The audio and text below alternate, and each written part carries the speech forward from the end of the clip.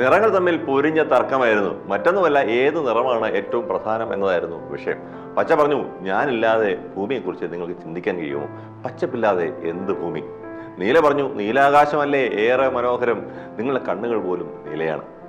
അപ്പോഴാണ് ചുവപ്പിന്റെ വരവ്. രാജാക്കന്മാരുടെ നിറമാണ് ചുവപ്പ്. ബിഷപ്പുമാർക്ക് പോലും ഇഷ്ടം എന്നെയാണ്. അപ്പോഴതാ വരുന്നു ഓറഞ്ച്. രുചിയുടെ നിറമല്ലേ ഓറഞ്ച്. അസ്തമയത്തിനും ഉദയത്തിനും ഒക്കെ ഓറഞ്ച് ഇല്ലാതെ ചിന്തിക്കാൻ കഴിയും. എന്തിനേറെ ഓരോ നിറങ്ങളും അവരുടെ അവകാശവാദവുമായി വരാൻ തുടങ്ങി. അപ്പോഴേക്ക് വലിയ ഒരു മഴ പെയ്തു. മഴ അങ്ങനെ തകർത്ത് പെയ്തപ്പോൾ പേടിച്ചവർ അമ്മയുടെ ചുറ്റും നിൽക്കാൻ തുടങ്ങി. മഴ തുറന്നപ്പോൾ അമ്മ അവരെ ആകാശത്തേക്ക് ചൂണ്ടിക്കാണിച്ചു. നിങ്ങളുടെ ഒരുമയുടെ ഒരു വർണ്ണരാജി ആകാശത്ത് വിരിഞ്ഞിരിക്കുന്നത് കണ്ടോ? നിങ്ങൾ സമാധാനമായി നിന്നപ്പോൾ നിങ്ങളുടെ പ്രതിബിംബം ആകാശത്തേക്ക് വന്നതാണ്. അത് മഴവില്ല് എന്ന് പറയും. ഒരുമയുടെ, ശാന്തിയുടെ വർണ്ണരാജി വിരിയട്ടെ. ഞാൻ പള്ളിക്കൂടം ആരംഭിക്കുന്നു. എല്ലാ കൂട്ടുകാർക്കും സ്വാഗതം. ലോകം മുഴുവനും തിന്മ കൊണ്ട് നിറഞ്ഞിരിക്കുമ്പോൾ വഷളായി പോകരിക്കുന്ന ഒരു സാഹചര്യം ലോകത്തിൽ ഉണ്ടാകുമ്പോൾ ഒരു ദൈവപുരുഷനായി നോഹ ജീവിച്ചപ്പോൾ അത് കുടുംബത്തിന് ആശ്വാസമായി, ലോകത്തിന് അനുഗ്രഹമായി.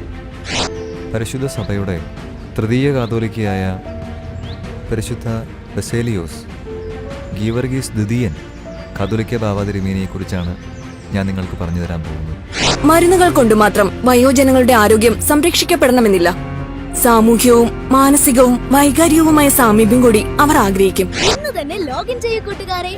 കൈ നിറയെ സമ്മാനം നേടൂ. ഞായർ പള്ളിക്കൂടം മെഗാ ക്വിസ് കോമ്പറ്റീഷൻ 2026.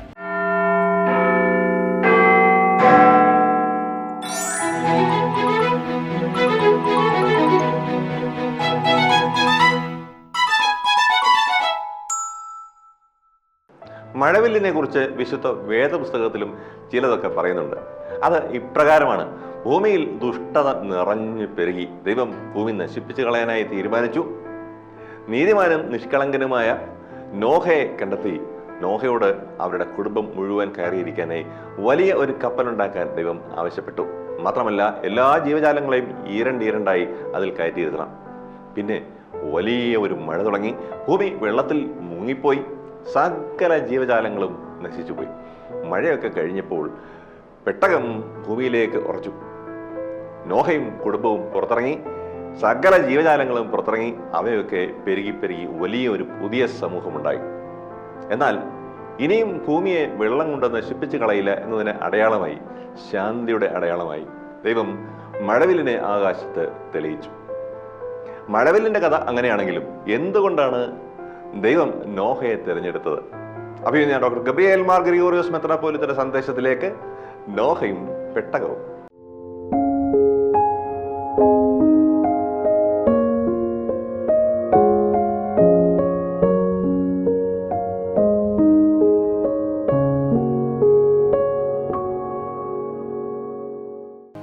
പിതാവിൻ്റെയും പുത്രൻ്റെയും പരിശുദ്ധാത്മാവിൻ്റെയും നാമത്തിൽ തനിക്ക് സ്തുതി. ഞായർ പള്ളിക്കൂടത്തിലെ എൻ്റെ കുഞ്ഞു കൂട്ടുകാർക്ക് ക്രിസ്തുവേശുവിൽ സ്നേഹവന്ദനം. പ്രിയപ്പെട്ട കുഞ്ഞുങ്ങളെ, ഉൽപ്പത്തി പുസ്തകം 6, 7, 8 ഈ 3 അധ്യായങ്ങൾ 2 കാര്യങ്ങൾ പ്രത്യേകമായി നമ്മുടെ ശ്രദ്ധയിൽ കൊണ്ടുവരുന്നു. ഒന്ന്, നോഹ എന്ന ദൈവപുരുഷൻ്റെ ജീവിതം. അദ്ദേഹത്തോടൊപ്പം അദ്ദേഹത്തിൻ്റെ മക്കളും കുടുംബവും, അനുഗ്രഹീതരായ അപ്പനും അമ്മയും മക്കളുമുള്ള ഒരു കുടുംബം. രണ്ടാമത്, ഈ 3 അധ്യായങ്ങളിലായി നോഹയുടെ പെട്ടകം, ദി ആർക്ക് ഓഫ് നോവ എന്ന് ഇംഗ്ലീഷിൽ പറയും, അതേ സംബന്ധിച്ചുള്ള പ്രതിപാദനമാണ് കാണാൻ സാധിക്കുന്നത്. ഇന്ന് നമുക്ക് നോഹയുടെ ജീവിതം സംബന്ധിച്ച്, നോഹ എന്ന വ്യക്തിയെ സംബന്ധിച്ചും അദ്ദേഹത്തിൻ്റെ കുടുംബജീവിതം സംബന്ധിച്ചും ഉള്ള സാക്ഷ്യം എന്തെന്ന്, അതിൽ നിന്ന് നമുക്ക് എന്ത് പഠിക്കാൻ കഴിയുമെന്ന് പ്രത്യേകമായി നമുക്ക് നോക്കാം. നോഹ, മലയാളത്തിൽ, ഇംഗ്ലീഷിൽ നോആ, അതിൻ്റെ അർത്ഥം ആശ്വാസം എന്നാണ്, കംഫോർട്ട് എന്നാണ്. നോഹയുടെ ജനനം തന്നെ, നോഹയുടെ ജീവിതം തന്നെ ഒരു വലിയ ആശ്വാസമായിരുന്നു. ഇവിടെ പ്രത്യേകിച്ചും കാണാനാവുന്നത് നോഹ തീർച്ചയായിട്ടും അദ്ദേഹത്തിൻ്റെ ഭവനത്തിന് ആശ്വാസമായിരുന്നു. എന്നാൽ നോഹയെ സംബന്ധിച്ച് ഉൽപ്പത്തി പുസ്തകം 6-ാം അധ്യായത്തിൽ പറയുമ്പോൾ അത് ദൈവത്തിനും ആശ്വാസമായിരുന്നു എന്ന് പ്രത്യേകം അടിവരയിടുന്നുണ്ട്. എന്താണതിന് കാരണം? നോഹയുടെ കാലഘട്ടത്തിൽ ഭൂമി മുഴുവനും ദുഷ്ടത കൊണ്ട് നിറഞ്ഞു, തിന്മ കൊണ്ട് നിറഞ്ഞു. ആ കാലഘട്ടത്തിൽ ദൈവം സൃഷ്ടിച്ച ഭൂമിയും ദൈവം സൃഷ്ടിച്ച മനുഷ്യനും ഇങ്ങനെ ദുഷ്ടത കൊണ്ട്, തിന്മ കൊണ്ട്, അതിക്രമം കൊണ്ട് നിറഞ്ഞിരിക്കുന്നുവെന്ന് കണ്ടപ്പോൾ ദൈവം ദുഃഖിച്ചു. ആ സന്ദർഭത്തിലാണ് നോഹയുടെ ജനനം. അവിടെ നോഹ ആ വാക്ക് തന്നെ സൂചിപ്പിക്കുന്ന പ്രകാരം ഒരാശ്വാസമായിരുന്നു. നോഹയുടെ കുടുംബത്തിന് ആശ്വാസം, നോഹ ഉൾപ്പെട്ടിരുന്ന ലോകത്തിന് ആശ്വാസം. എല്ലാറ്റിനും ഉപരിയായി ദൈവം ആശ്വസിച്ചു. എന്താണ് അങ്ങനെ ദൈവത്തിന് മോശയെ സംബന്ധിച്ച് പറയുമ്പോൾ ആശ്വാസമായി ഭവിച്ചത് എന്ന് നമ്മൾ പ്രത്യേകമായി ശ്രദ്ധിക്കാം. സകല മനുഷ്യരിലും നോഹ നീതിമാനെന്ന് ദൈവം കണ്ടു. യഹോവയ്ക്ക് അത് കണ്ട് ദൈവം ആശ്വസിച്ചു. നോഹയ്ക്ക് യഹോവയുടെ കൃപ ലഭിച്ചു എന്ന് ഉൽപ്പത്തി പുസ്തകം 6-ാം അധ്യായം 8-ാം വാക്യത്തിൽ പ്രത്യേകം രേഖപ്പെടുത്തുകയാണ്. ശരിയല്ലേ? ലോകം മുഴുവനും തിന്മ കൊണ്ട് നിറഞ്ഞിരിക്കുമ്പോൾ വഷളായി പോകരിക്കുന്ന ഒരു സാഹചര്യം ലോകത്തിൽ ഉണ്ടാകുമ്പോൾ ഒരു ദൈവപുരുഷനായി നോഹ ജീവിച്ചപ്പോൾ അത് കുടുംബത്തിന് ആശ്വാസമായി, ലോകത്തിന് അനുഗ്രഹമായി. അവിടെ പ്രത്യേകം രേഖപ്പെടുത്തുകയാണ്, അങ്ങനെ നീതിമാനായി നോഹ ജീവിച്ചതുകൊണ്ട് നോഹയ്ക്ക് ദൈവത്തിൻ്റെ കൃപ ലഭിച്ചു. അതുവഴിയായി ലോകം മുഴുവനും കൃപയുടെ അനുഭവത്തിലേക്ക് വരുന്നതായി നമുക്ക് കാണാൻ സാധിക്കും. ഞാൻ സൂചിപ്പിച്ചതുപോലെ എന്തുകൊണ്ടാണ് ദൈവത്തിന് നോഹയ്ക്ക് ദൈവത്തിൻ്റെ കൃപ ലഭിച്ചു എന്ന് രേഖപ്പെടുത്തിയിരിക്കുന്നത്? ഉൽപ്പത്തി പുസ്തകം 6-ാം അധ്യായം 8-ാം വാക്യത്തിലാണ് നോഹയ്ക്ക് ദൈവത്തിൻ്റെ കൃപ ലഭിച്ചു. ഞാൻ സൂചിപ്പിച്ചതുപോലെ 3 കാര്യങ്ങൾ കൊണ്ടാണ് നോഹയ്ക്ക് ദൈവത്തിൻ്റെ കൃപ ലഭിച്ചത്. ഒന്ന്, നോഹ നീതിമാനായിരുന്നു. He was just and right.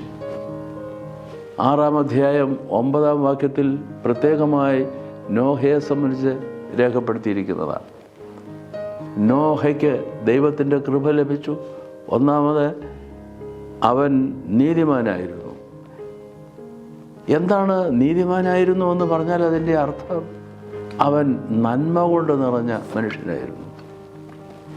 നന്മയും നീതിയും നിറഞ്ഞ ഒരു വ്യക്തി. തിന്മയുടെ വാക്കുകൾ, തിന്മയുടെ പ്രവർത്തികൾ, തിന്മയുടെ വിചാരങ്ങൾ, അങ്ങനെയുള്ള മനുഷ്യരെ കൊണ്ട് ലോകം നിറഞ്ഞിരിക്കുന്ന ഒരു സാഹചര്യത്തിൽ ഇവിടെ ദൈവപുരുഷനായി ദൈവത്തെ അറിഞ്ഞ് ജീവിക്കുന്ന ഒരാളായി നോഹ വരികയാണ്.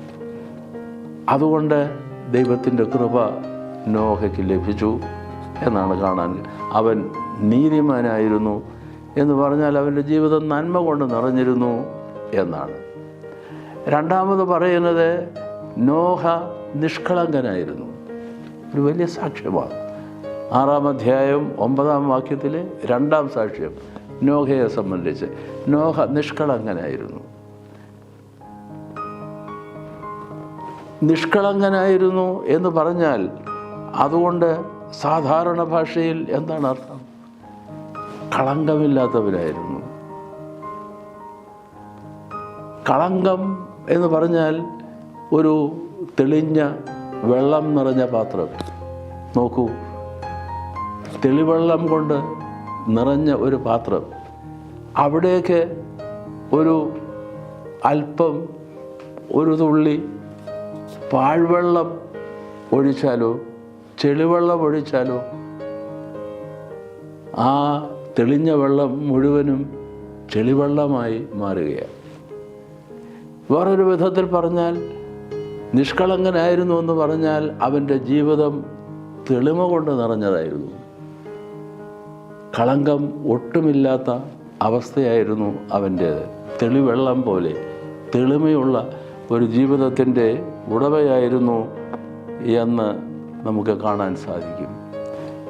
അനീതി കൊണ്ട് നിറഞ്ഞ ലോകത്തിൽ നീതിയും നന്മയും കൊണ്ട് നിറഞ്ഞ ആളത്വം.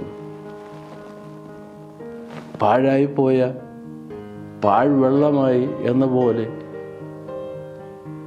നല്ല വെള്ളം പാഴ്വെള്ളമായി ചെളിവെള്ളമായി എന്ന പോലെ ലോകത്തിൽ തിന്മ കൊണ്ട് നിറഞ്ഞിരുന്ന കളങ്കം കൊണ്ട് നിറഞ്ഞിരുന്ന ഒരു കാലഘട്ടത്തിൽ ഇതാ ഒരു ദൈവപുരുഷൻ ഒരു തെളിവെള്ളം പോലെ തെളിമയുള്ളയാളായി വ്യാപരിക്കുന്നു എന്നുള്ളത് നാം കാണുകയാണ്. അങ്ങനെ ജീവിതം നന്മയും നീതിയും കൊണ്ട് നിറഞ്ഞും നിഷ്കളങ്കത കൊണ്ട് നിറഞ്ഞതുമായ ഒരു ആളത്വം. അദ്ദേഹത്തെ സംബന്ധിച്ച് മൂന്നാമത് പറയുന്നത് നോഹ ദൈവത്തോടുകൂടെ നടന്നു എന്നാണ്. ഇവിടെ രണ്ട് കാര്യങ്ങൾ പ്രത്യേകം ശ്രദ്ധിക്കേണ്ടതുണ്ട്. നീതിയും നന്മയും കൊണ്ടും നിഷ്കളങ്കത കൊണ്ടും നിറഞ്ഞിരിക്കുന്ന ഒരാളെ സംബന്ധിച്ച് നമുക്ക് ഒരു ഒരു ഒരു ഉപമയിലൂടെ നമുക്ക് പറയാൻ സാധിക്കും, അവൻ നീതിയുടെ വസ്ത്രം ധരിച്ച ശുഭ്രവസ്ത്രം ധരിച്ച ഒരാളായിരുന്നുവെന്ന്. പുതിയ നിയമത്തിൽ പ്രത്യേകിച്ചും വെളിപാട് ഗ്രന്ഥത്തിൽ സഭയെ സംബന്ധിച്ച് പറയുമ്പോൾ സഭ ഒരു മണവാട്ടി എന്നതുപോലെ ശുഭ്രവസ്ത്രം ധരിച്ചിരിക്കുന്നു. വെളിപാട് പുസ്തകം 19-ാം അധ്യായം 7-8 വാക്യങ്ങളിൽ മണവാളന് വേണ്ടി കാത്തിരിക്കുന്ന സഭ ശുഭ്രവസ്ത്രം ധരിച്ചിരിക്കുന്നു. അതൊരു വിശേഷ വസ്ത്രമാണ്. ആ വിശേഷ വസ്ത്രമാകട്ടെ നീതിപ്രവർത്തികളാണ്, ദൈവമക്കളുടെ നീതിപ്രവർത്തികളാണ് എന്നും അവിടെ ചേർത്ത് പറയുന്നുണ്ട്. ഇവിടെ നമുക്ക് ശ്രദ്ധിക്കുവാനുള്ളത് ഇതൊരു പ്രതീകമാണ്. ഇതൊരു പ്രതീകമാണ്. തെളിമയുള്ള ജീവിതം, നീതിയുള്ള ജീവിതം, നിഷ്കളങ്കമായ ജീവിതം എന്നുള്ളത് പ്രതീകമായി മാറുമ്പോൾ അത് വെളിപാട് പുസ്തകത്തിൽ പറയുന്ന പ്രകാരം വിശുദ്ധിയുടെ വസ്ത്രം ധരിച്ച, ശുഭ്രവസ്ത്രം ധരിച്ച, വെള്ളവസ്ത്രം ധരിച്ച മണവാട്ടി മണവാളനായ ക്രിസ്തുവിനെ കാത്തിരിക്കുന്നത് പോലെയാണ് നമുക്ക് അനുഭവപ്പെടുന്നത്. ഇത് ഒന്നാമത്തെ പ്രതീകമാണ്. അവിടെ നമ്മുടെ സഭയുടെ നിർദ്ദേശം ഓർക്കണം. സഭ പറയുന്നുണ്ടല്ലോ, കുഞ്ഞുങ്ങളെ, ദേവാലയത്തിൽ പ്രാർത്ഥിക്കാൻ പോകുമ്പോൾ, വിശുദ്ധ കുർബാനയ്ക്ക് പോകുമ്പോൾ നിങ്ങൾ വെള്ളവസ്ത്രം ധരിച്ചിരിക്കണം. എന്തുകൊണ്ട്? ദേവാലയത്തിലേക്ക് വിശുദ്ധ കുർബാനയ്ക്ക് വരുന്നവർ വെള്ളവസ്ത്രം ധരിച്ച, നീതിയുടെ വസ്ത്രം ധരിച്ച മക്കളായി അവിടെ വരുന്നു എന്നുള്ളതിൻ്റെ പ്രതീകമായിട്ടാണ് നമ്മൾ ദേവാലയത്തിൽ പോകുമ്പോൾ വെള്ളവസ്ത്രം ധരിക്കേണ്ടത് സഭ അതിന് പ്രത്യേകം നിർദ്ദേശിക്കുന്നത്. രണ്ടാമത് ഇതൊരു വേറൊരു പ്രതീകമാണ്. നോവ ദൈവത്തോടുകൂടെ നടന്നു. Noah walked with God. ഹാനോക്കിനെ സംബന്ധിച്ചുള്ള സാക്ഷി നമ്മൾ ശ്രദ്ധിച്ചിട്ടുണ്ടല്ലോ. അതൊരു പ്രതീകമായി നമ്മൾ എടുക്കുമ്പോൾ ദൈവത്തിന് ലോകത്തിൽ എങ്ങനെ നടന്നു പോകാൻ സാധിക്കും? ദൈവത്തിന് ലോകത്തിൽ നടന്നു പോകാൻ കഴിയുന്നത് ദൈവത്തെ അറിഞ്ഞ് നീതിയുള്ള ജീവിതം, നിഷ്കളങ്കമായ ജീവിതം നയിക്കുന്ന വ്യക്തികൾ ലോകത്തിലൂടെ നടന്നു പോകുമ്പോൾ അത് ദൈവം നടക്കുന്നതിന് തുല്യമാണ്. ദൈവമക്കൾ നടക്കുന്നത് കണ്ടാൽ ഭൂമിയിൽ ദൈവം തന്നെ വന്ന് നടന്നു പോകുന്നു. ദൈവത്തെ കാണാനാവില്ല. എന്നാൽ ദൈവമനുഷ്യരിലൂടെ ദൈവത്തെ നമുക്ക് ഇന്ന് കാണുവാൻ സാധിക്കും. ഏറ്റവും ഒടുവിൽ 9-ാം അധ്യായം, ഉൽപ്പത്തി പുസ്തകം 9-ാം അധ്യായം 1 പറഞ്ഞിരിക്കുന്ന ഒരു വലിയ പ്രസ്താവമുണ്ട്.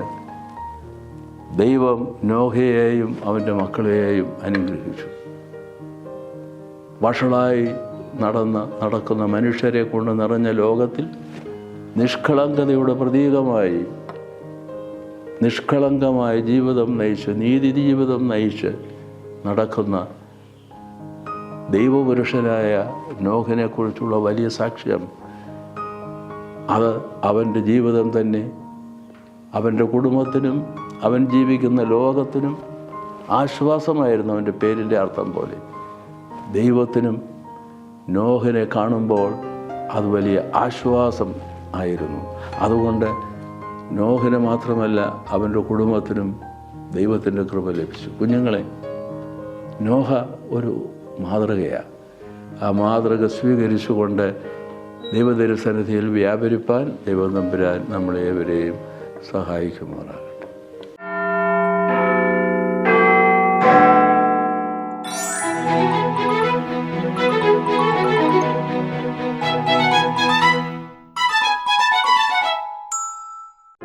ആനയ്ക്ക് മാത്രം സ്ട്രേറ്റ് ലൈനിലേ പോകാൻ പറ്റുള്ളൂ, ഈ കുതിരയ്ക്ക് മാത്രം എൽ ലൈനിലേ പോകാൻ പറ്റുള്ളൂ.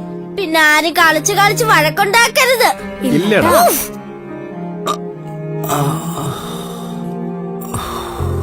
ഓ, വളരെ ഉപകാരം. അത് പറ്റില്ല. ഇതിവിടെയായിരുന്നേ. എത്ര ദൂരം ഇത്? നീയല്ലേ പഠിപ്പിച്ചേ? നന്നായി കാണുന്നുണ്ട്. റാണീനടുത്ത് വെട്ട്.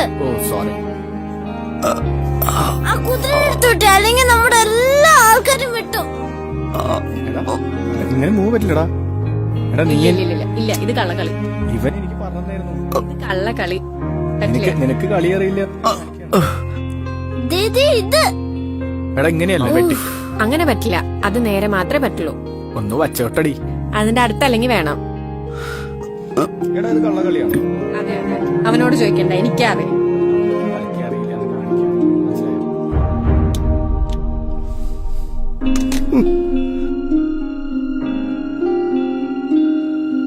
ഈ മൂവ് ഇങ്ങനെയല്ലടാ. അത് എൽ ഷേപ്പിലേ പോവുള്ളൂ. അവൻ പറഞ്ഞു തന്നില്ലേ? എല്ലോ എമ്മോ എന്നോ എനിക്കറിയണ്ട. ഇത് ഇങ്ങനെ തന്നെ പോകും. വലിയ കാര്യമായി. ഞാൻ ഇപ്പൊ കാണിച്ചു തരാം കേട്ടോ. ഒറ്റയ്ക്ക് ഒരു കാര്യം. Okay, check.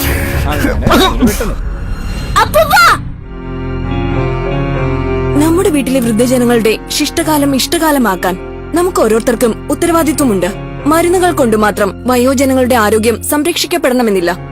സാമൂഹ്യവും മാനസികവും വൈകാരികവുമായ സാമീപ്യം കൂടി അവർ ആഗ്രഹിക്കും. ഒരു കാലത്ത് നമ്മളെ ചേർത്ത് പിടിച്ച വൃദ്ധകരങ്ങളെ, നമ്മുടെ വയോജനങ്ങളെ നമ്മൾ ചേർത്ത് പിടിക്കണം, കരുതലോടെ.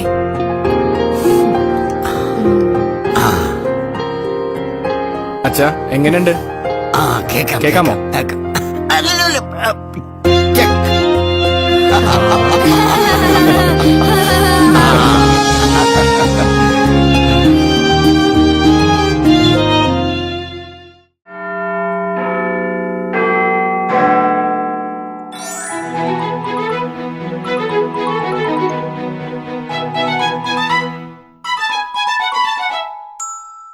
മലങ്കര ഓർത്തഡോക്സ് സഭയുടെ 3-ാം കാതോലിക്കയായിരുന്നു പരിശുദ്ധ ഗീവർഗീസ് ദ്വിതീയൻ. പരിശുദ്ധ പരുമല തിരുമേനിയുടെ ശിഷ്യനായി തുടങ്ങി. പിന്നീട് പരുമല തിരുമേനിയെ പരിശുദ്ധനായി പ്രഖ്യാപിക്കാൻ പോലും നിയോഗം ലഭിച്ച പുണ്യപിതാവായിരുന്നു ഗീവർഗീസ് ദ്വിതീയൻ. ആ പുണ്യപിതാവിനെ കുറിച്ച് ഒരു ലഘു പഠനം ഇന്ന് ആരംഭിക്കുകയാണ്. പരിശുദ്ധ ഗീവർഗീസ് ദ്വിതീയൻ.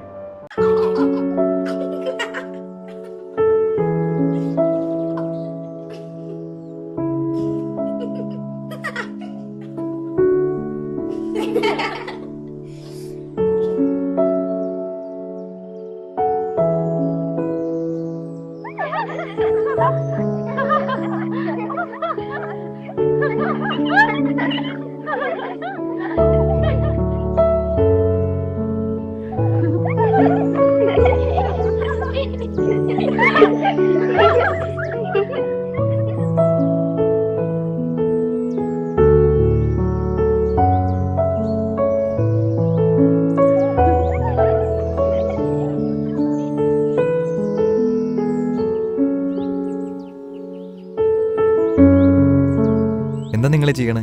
ഇങ്ങനെയാണോ പള്ളി പെരുമാറണേ? വാ, നമുക്കിവിടെ ഇരിക്കാം.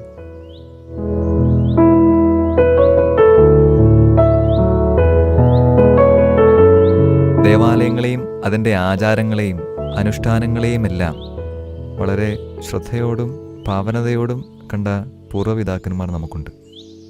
നമുക്ക് മുമ്പേ നടന്ന മഹാന്മാരായ പരിശുദ്ധന്മാർ നമുക്ക് വഴികാട്ടികളാണ്. പൂർവികരിൽ നിന്നും പുസ്തകങ്ങളിൽ നിന്നുമൊക്കെ ഞാൻ മനസ്സിലാക്കിയ ഒരു വ്യക്തിത്വമുണ്ട്. അദ്ദേഹത്തെക്കുറിച്ച് ചില കാര്യങ്ങൾ ഞാൻ നിങ്ങൾക്ക് പറഞ്ഞുതരാം. പരിശുദ്ധ സഭയുടെ തൃതീയ കാതോലിക്കയായ പരിശുദ്ധ ബസേലിയോസ് ഗീവർഗീസ് ദ്വിതീയൻ കാതോലിക്ക ബാവ തിരുമേനിയെക്കുറിച്ചാണ് ഞാൻ നിങ്ങൾക്ക് പറഞ്ഞു തരാൻ പോകുന്നത്. കുറിച്ചിയിലെ കല്ലാശ്ശേരിൽ കുടുംബത്തിൽ ഉലഹന്നാൻ്റെയും നൈറ്റിയുടെയും പുത്രനായി 1874 ജൂൺ മാസം 16-ാം തീയതി തിരുമേനി ഭൂജാതനായി. പരിശുദ്ധ പരുമല കൊച്ചു തിരുമേനിയുമായും പരിശുദ്ധ വട്ടശ്ശേരിൽ തിരുമേനിയുമായും തിരുമനസിന് ബന്ധമുണ്ടായിരുന്നു. ഗീവർഗീസ് എന്നായിരുന്നു തിരുമനസിന്റെ മാമോദീസ നാമം. പുന്നച്ചൻ എന്ന ഓമന പേരിലാണ് ബാവ തിരുമേനി കുട്ടിക്കാലത്ത് അറിയപ്പെട്ടിരുന്നത്. സ്കൂളിൽ ചേർത്തപ്പോൾ പുന്നച്ചൻ പുന്നൂസായി മാറി. ഒരിക്കൽ കഠിനമായ രോഗം ബാധിച്ച് പുന്നച്ചൻ മരണത്തിന്റെ വക്കുവരെ എത്തിയ സന്ദർഭത്തിൽ മാതാപിതാക്കൾ പുന്നച്ചനെ ദൈവവേലയ്ക്കായി സമർപ്പിച്ച് പ്രാർത്ഥിക്കുകയും അത്ഭുതകരമായ വിധത്തിൽ രോഗം ഭേദമാവുകയും പുന്നച്ചനെ വൈദിക പഠനത്തിന് അയക്കുവാൻ വീട്ടുകാർ തീരുമാനിക്കുകയും ചെയ്തു. കേവലം 9 വയസ്സു മാത്രം പ്രായമുള്ളപ്പോൾ പുന്നച്ചൻ പരുമല കൊച്ചു തിരുമേനിയുടെ ശിഷ്യനായി തീർന്നു. 1883 വൈദിക വിദ്യാർത്ഥിയായി പരുമല സെമിനാരിയിൽ ചേർന്നത്. ഗുരുക്കന്മാരോട് ആദരവും അനുസരണയും വളരെ ഉണ്ടായിരുന്നതുകൊണ്ട് പുന്നച്ചൻ എല്ലാവരുടെയും വാത്സല്യപാത്രമായിരുന്നു. 6 വർഷക്കാലം പരുമല സെമിനാരിയിലെ പഠനം ആധ്യാത്മിക ജീവിതത്തിന്റെ അടിസ്ഥാന ശില ഉറപ്പിച്ചു. പുന്നച്ചന്റെ സ്വഭാവത്തെ കരുപ്പിടിപ്പിക്കുന്നതിൽ പരിശുദ്ധനായ പരുമല തിരുമേനിയും പരിശുദ്ധനായ വട്ടശ്ശേരിൽ തിരുമേനിയും വലിയ പങ്കുവഹിച്ചു. തുടർ പഠനത്തിനായി പഴയ സെമിനാരിയിൽ താമസമാക്കിയ കാലത്ത് CMS ഹൈസ്കൂളിൽ ചേർന്ന് ഇംഗ്ലീഷ് വിദ്യാഭ്യാസം നടത്തിയിരുന്നു. 1892 കുറിച്ചി വലിയ പള്ളിയിൽ വെച്ച് കടവിൽ പൗലോസ് മാർ അത്താനാസ്യോസ് മെത്രാപ്പോലിത്ത പുന്നച്ചന് കോറൂയോ പട്ടം നൽകി. വീണ്ടും പരുമലയിൽ കൊച്ചു തിരുമേനിയുടെ കീഴിൽ വൈദിക പഠനം പൂർത്തിയാക്കിയ ശേഷം കൊച്ചു തിരുമേനിയിൽ നിന്നും പൂർണ്ണ ഷമ്മാശപ്പട്ടം ഏറ്റു. 6ാം ഫോറത്തിൽ പഠിച്ചുകൊണ്ടിരുന്ന സമയത്ത് ഷമ്മാശന് കഠിനമായ രോഗബാധയുണ്ടായി. രോഗത്തിൽ നിന്നും ഷമ്മാശൻ രക്ഷപ്പെടുകയില്ലെന്ന് പലരും വിചാരിച്ചു. എന്നാൽ ഷമ്മാശന്റെ ഇഷ്ടജനങ്ങളുടെ ഉള്ളുരുകിയുള്ള പ്രാർത്ഥന ദൈവം കേട്ടു. ഷമ്മാശന് പൂർണ്ണ സൗഖ്യം ലഭിച്ചു. ആരോഗ്യം വീണ്ടുകിട്ടിയതോടെ ഷമ്മാശൻ കത്തനാരുപട്ടം സ്വീകരിക്കണമെന്ന് അദ്ദേഹത്തിന്റെ പിതാവിന്റെ നിർബന്ധം അന്നത്തെ മലങ്കര മെത്രാപ്പോലത്തെ ആയിരുന്ന പുലക്കോട്ടിൽ മാർ ദിവന്നാസ്യോസ് തിരുമേനി അറിയിച്ചു. 1898 നവംബർ 24-ാം തീയതി പഴയ സെമിനാരി സ്ഥാപകനായ മാർ ദിവന്നാസ്യോസിന്റെ ഓർമ്മ ദിനത്തിൽ പരിശുദ്ധ പരുമല തിരുമേനി പുന്നൂസ് ഷമ്മാശന് കശീശ പട്ടം നൽകി. 1898 നവംബർ 27-ാം തീയതി പുന്നൂസ് കശീശ റംബാൻ പദവിയിലേക്ക് ഉയർത്തപ്പെട്ടു. പരുമല കൊച്ചു തിരുമേനി തന്നെയാണ് പുന്നൂസ് കശീശായിക്ക് റംബാൻ സ്ഥാനം നൽകിയത്. ഷമ്മാശന്മാരെ സുറിയാനി പഠിപ്പിക്കുന്നതിനായി പഴയ സെമിനാരിയിൽ താമസിച്ചിരുന്ന അദ്ദേഹം ഷമ്മാശന്മാരുടെ പഠനകാര്യങ്ങളിൽ അതീവ ശ്രദ്ധ ചെലുത്തിയിരുന്നതിനോടൊപ്പം ധാരാളം വായിക്കുകയും എഴുതുകയും ചെയ്തിരുന്നു. പുന്നൂസ് റംബാച്ചൻ ചില വിശിഷ്ട ഗ്രന്ഥങ്ങൾ രചിക്കുകയുണ്ടായി. പറുദീസ, സഹദയന്മാരുടെ ജീവചരിത്രം, രഹസ്യ പ്രാർത്ഥനകൾ, മാർ യുഹാനോൻ മാംദാനയുടെ ചരിത്രം ഇതെല്ലാം അന്ന് രചിച്ച ഗ്രന്ഥങ്ങളിൽ പ്രധാനപ്പെട്ടവയാണ്. സുറിയാനിയിൽ അഗാധ പാണ്ഡിത്യമുണ്ടായിരുന്നത് മൂലം പല വിശിഷ്ട ഗ്രന്ഥങ്ങളും മലയാളത്തിലേക്ക് വിവർത്തനം ചെയ്യുവാൻ കഴിഞ്ഞു. പരിശുദ്ധനായ പരുമല തിരുമേനി 1902 നവംബർ 2-ാം തീയതി സ്വർഗീയ പിതാവിന്റെ സന്നിധിയിലേക്ക് വാങ്ങിപ്പോയ ശേഷം പരിശുദ്ധന്റെ കബറിടം ഒരു തീർത്ഥാടന കേന്ദ്രമായി മാറുന്നതിന് അധിക നാൾ വേണ്ടി വന്നില്ല. കൊച്ചു തിരുമേനിയുടെ ജീവിത വിശുദ്ധിയെക്കുറിച്ച് നേരിട്ടറിയാമായിരുന്ന അന്നത്തെ ജനങ്ങൾ പുണ്യപിതാവിന്റെ കബറിടത്തിലേക്ക് പ്രവഹിച്ചു. കബറിടത്തിൽ നേർച്ച കാഴ്ചകൾ അർപ്പിക്കുന്നവരുടെ സംഖ്യ അനുദിനം വർദ്ധിച്ചു വന്നിരുന്നതോടെ വിശ്വസ്തനായ ഒരു മാനേജറുടെ ആവശ്യം വന്നുകൂടി. മലങ്കര മെത്രാപ്പോലിത്ത തിരുമനസ്സിലെ കൽപ്പനയനുസരിച്ച് പുന്നൂസ് റമ്പാൻ പരുമല സെമിനാരി മാനേജർ സ്ഥാനം ഏറ്റെടുത്തു. ചുമതലാബോധത്തോടും വിശ്വസ്തയോടും കൂടി പുന്നൂസ് റമ്പാച്ചൻ മാനേജർ സ്ഥാനം വഹിച്ചു. കൊച്ചുതിരുമേനി തൻ്റെ അന്ത്യനാളുകളിൽ പണി കഴിപ്പിച്ച പള്ളിയുടെയും സെമിനാരി കെട്ടിടത്തിൻ്റെയും ശേഷിച്ച പണികൾ പുന്നൂസ് റമ്പാച്ചൻ്റെ ഭരണകാലത്ത് പൂർത്തിയാക്കി.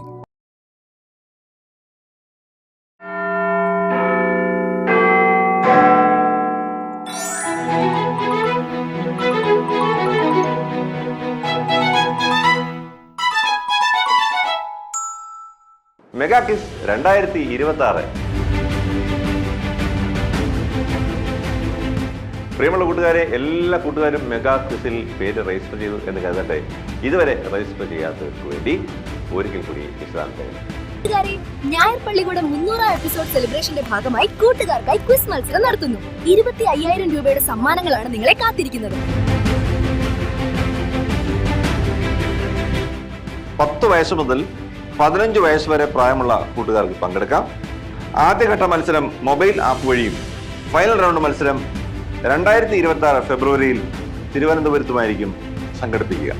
താല്പര്യമുള്ളവർക്ക് ഇതോടൊപ്പമുള്ള ലിങ്ക് ക്ലിക്ക് ചെയ്താൽ പേര് രജിസ്റ്റർ ചെയ്യാം. മാതാ മറിയം ആശ്രമത്തിന്റെ ശാന്തി ഹെൽപ്പ് ലൈനിൽ വിളിച്ചാൽ വിശദാംശങ്ങളും ലഭിക്കും. ഇന്ന് തന്നെ ലോഗിൻ ചെയ്യൂ കൂട്ടുകാരെ. കൈ നിറയെ സമ്മാനം നേടൂ. ഞായർ പള്ളിക്കൂടം മെഗാ ക്വിസ് കോമ്പറ്റീഷൻ 2026. എല്ലാ കൂട്ടുകാരും ശ്രദ്ധിച്ച് കേട്ടല്ലോ അല്ലെ? എല്ലാ കൂട്ടുകാരും തിരുവനന്തപുരത്തേക്ക് വരണം, മെഗാ ക്വിസിൽ പങ്കെടുക്കണം. ഇനി ക്വസ്റ്റ്യൻ ടൈം. ഇന്നത്തെ ക്വസ്റ്റ്യൻ ടൈമിൽ ആദ്യം കഴിഞ്ഞ ആഴ്ചത്തെ ചോദ്യം, അതിന്റെ ഉത്തരം. ഹാനോക്കിന്റെ മകന്റെ പേരെന്താണ്? മെഥൂസലഹ്. ഉത്തരം ശരിയാണല്ലോ അല്ലേ കൂട്ടുകാരെ? ഹാനോക്കിന് പിന്നീട് വേറെയും മക്കളുണ്ടായി കേട്ടോ. ഇനി ഇന്നത്തെ ചോദ്യം എന്താണെന്ന് നോക്കാം. നോഹ പെട്ടകം ഉണ്ടാക്കിയത് ഏത് മരം കൊണ്ടാണ്? പ്രിയമുള്ള കൂട്ടുകാരെ, വളരെ സിമ്പിൾ ക്വസ്റ്റ്യൻ ആണ്. തിരുമേനിയപ്പച്ചൻ പ്രഭാഷണത്തിൽ പറഞ്ഞ ബൈബിൾ റെഫറൻസ് ഒക്കെ ഒന്ന് നോക്കണം എന്ന് മാത്രമേ ഉള്ളൂ. അപ്പോൾ എല്ലാ കൂട്ടുകാരും ഇന്ന് തന്നെ ടീം ലീഡേഴ്സിന് ഉത്തരങ്ങൾ അയക്കുക. ഞായർ പള്ളിക്കൂടത്തിന്റെ ഇന്നത്തെ സമയം അവസാനിക്കുകയാണ്. നിങ്ങളുടെ അഭിപ്രായങ്ങൾ കമന്റ് ബോക്സിൽ രേഖപ്പെടുത്തുക. തിരുവനന്തപുരത്തേക്ക് വിളിക്കുന്നവർ 2713-100 എന്ന ഫോൺ നമ്പർ പുറത്തു വയ്ക്കുക. ഞായർ പള്ളിക്കൂടം എല്ലാ ഞായറാഴ്ചയും ഇന്ത്യൻ സമയം രാവിലെ 7 മണിക്ക് ലൈവാണ്. പിന്നീട് 11:30 OSSI ബോധനം ചാനലിലും OSSI bodhanam.org എന്ന വെബ്സൈറ്റിലും ലഭ്യമാണ്. വൈകിട്ട് 7 മണിക്ക് ഗ്രിഗോറിയൻ ടിവിയിലും ലഭ്യമാണ്. വിവിധ ഫേസ്ബുക്ക് പേജുകളിലും ലഭ്യമാണ്. മുടങ്ങാതെ കാണണം, ഷെയർ ചെയ്യണം, സബ്സ്ക്രൈബ് ചെയ്യണം. അടുത്ത ആഴ്ച കാണാൻ ആഗ്രഹിച്ചുകൊണ്ട് സച്ചിൻ സന്തോഷ് ഇന്നും ബൈ പറയുന്നു. എല്ലാ കൂട്ടുകാരെയും ദൈവം അനുഗ്രഹിക്കട്ടെ.